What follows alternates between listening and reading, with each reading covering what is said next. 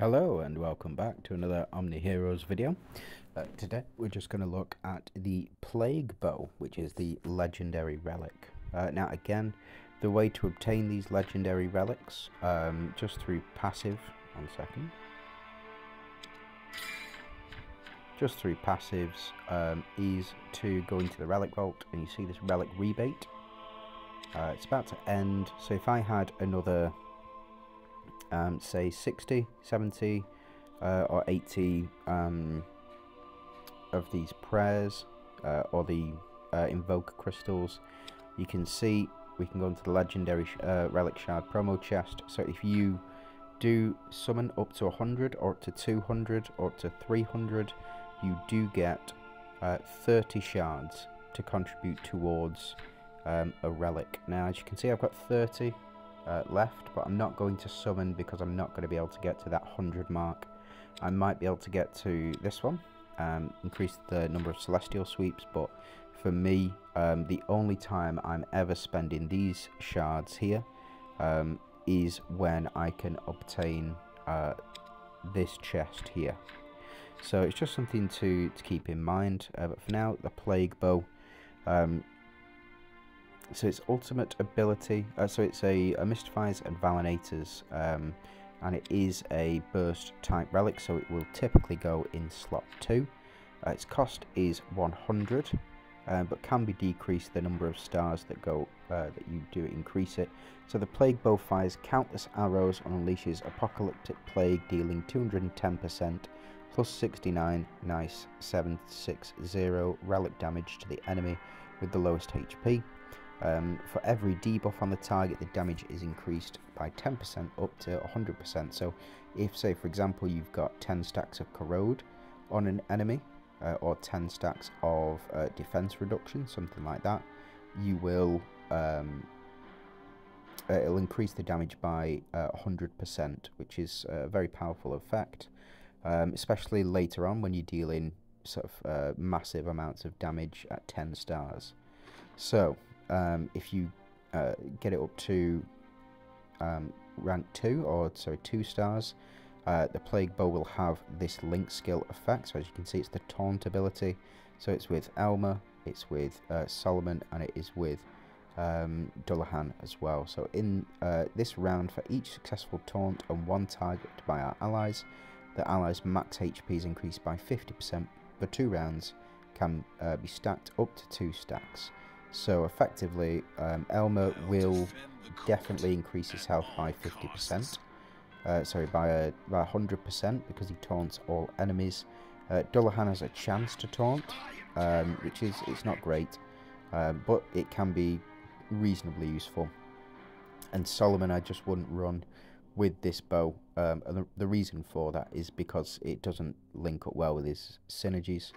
You can add Solomon into your Mystifiers team because he has a Shadow Arc and a Striker as well, but again, I don't think it's worth it. So it's passive. After firing an arrow, the Plague applies 5 stacks of Holy Shield on the ally with the lowest HP. Very useful effect and very similar to Gwyn's passive as well. So the lower the ally's health, the more chance it's got of getting the Holy Shield stacks. So typically it will go in your slot 1 or slot 2 unit because they will typically have the lowest health as well. If you get it up to 3 stars, the first use consumes 50% less energy, so will only consume 50 energy. And when enemies have 15 stacks of debuffs, the relic has 50% to be cast again.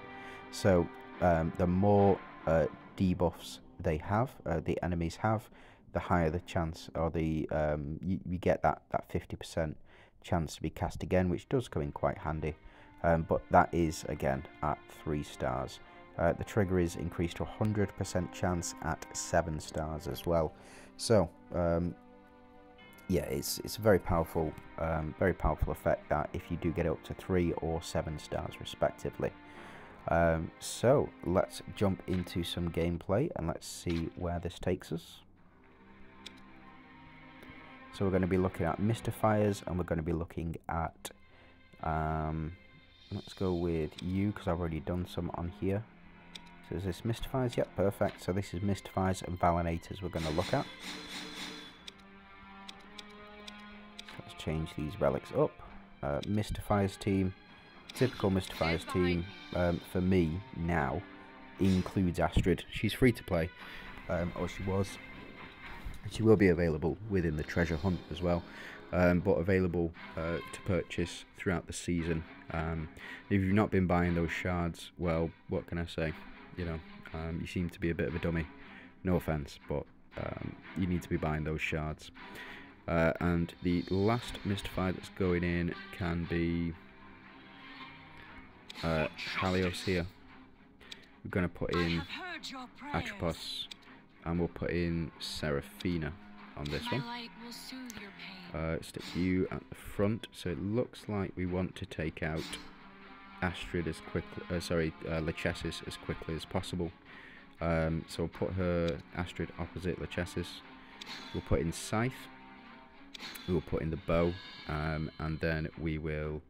So as you can see, we've got no taunt effect in there. So in fact, what we'll do is we'll put in Knight's Edge. We're going to take out Talos, which I think is a bad idea, but it is what it is. And I'll put in Dullahan. Now, what's Dullahan's speed? 115. So I think it will go Seraphina, Atropos, and then Dullahan. But we'll have to have a look. So let's see how well this goes. Should go quite well at least. But the enemy Atropos and the Lachesis might prove to be a bit of a pain.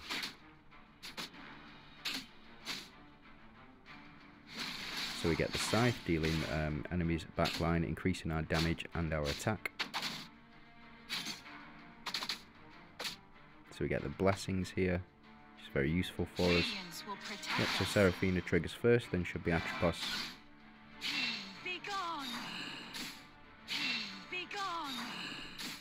Yep, so we get the double attack increase, and we'll see if... So we see the 2 taunts have been applied, but the bow has not triggered, unfortunately. Able to take out the enemy Corolla, and now the Plague Bow will activate. Unfortunately, they did it after Dullahan's Blessing, and unfortunately our Catherine got taken out. That is a shame. We'll just see if we can power through though. Yes, it looks like Astrid's doing a lot of the work here, with the Striker's synergy building up as well.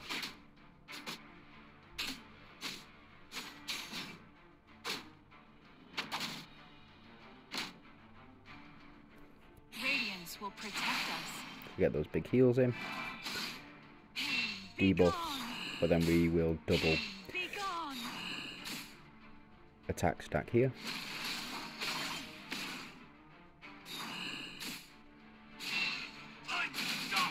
Yeah, it's just about the timings, unfortunately.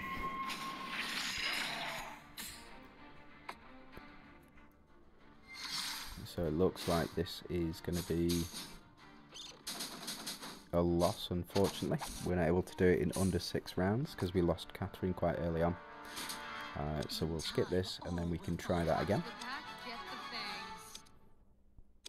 Just see if we can not lose Catherine this time. That would be excellent.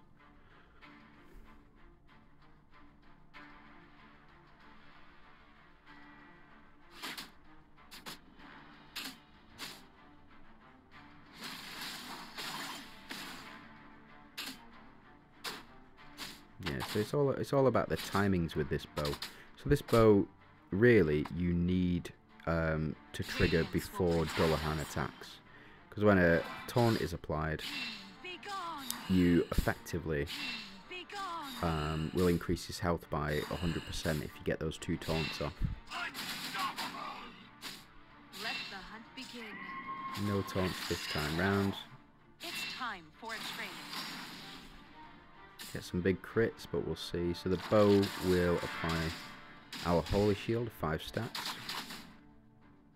No crit from the enemy as well, which makes it a lot easier for us.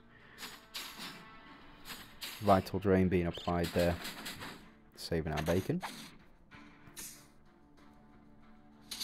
And the scythe will kick off.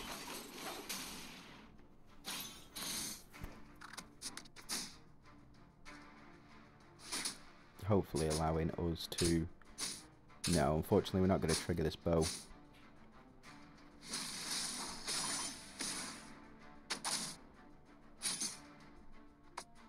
Yes, we need to do 10 attacks before Dullahan kicks in. So it's just not good timing at all. We'll get the double attack increase though. So we take those.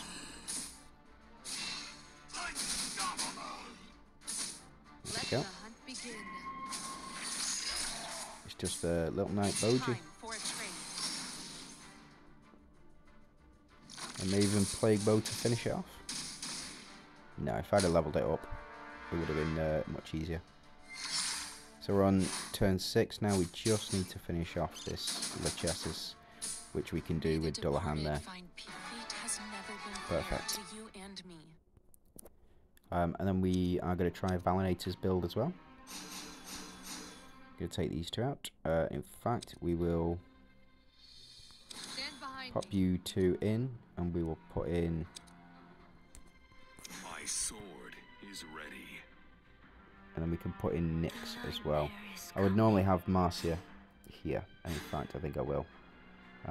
Put Marcia in.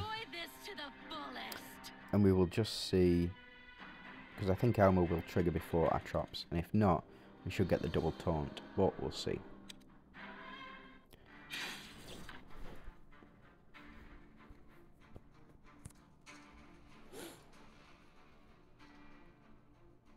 So we've got full Holy Shield here as well, thanks to the 2 D&D synergies.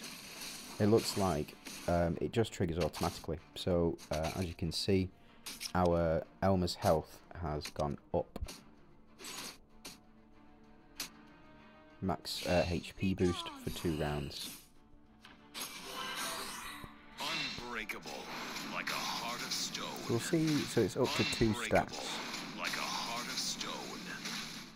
Let the hunt begin.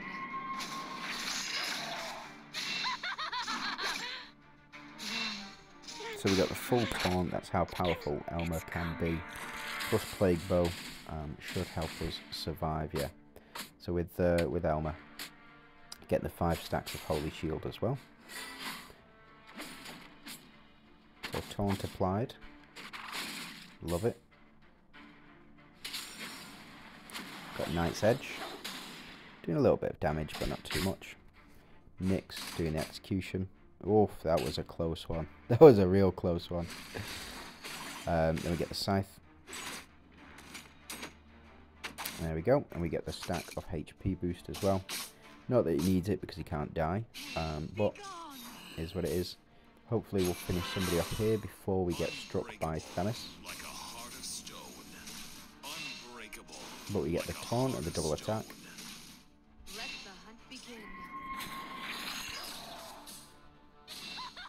Ashley doing what she needs to, and then exclusive room from Marcia finishing the job here. So really powerful team, really powerful relic, excellent in investing in. There are other relics that you can invest in that are much more proficient.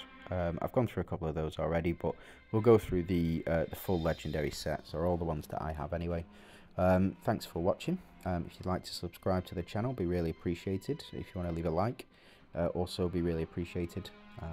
Just want to say thanks for watching, and I hope you have a great day.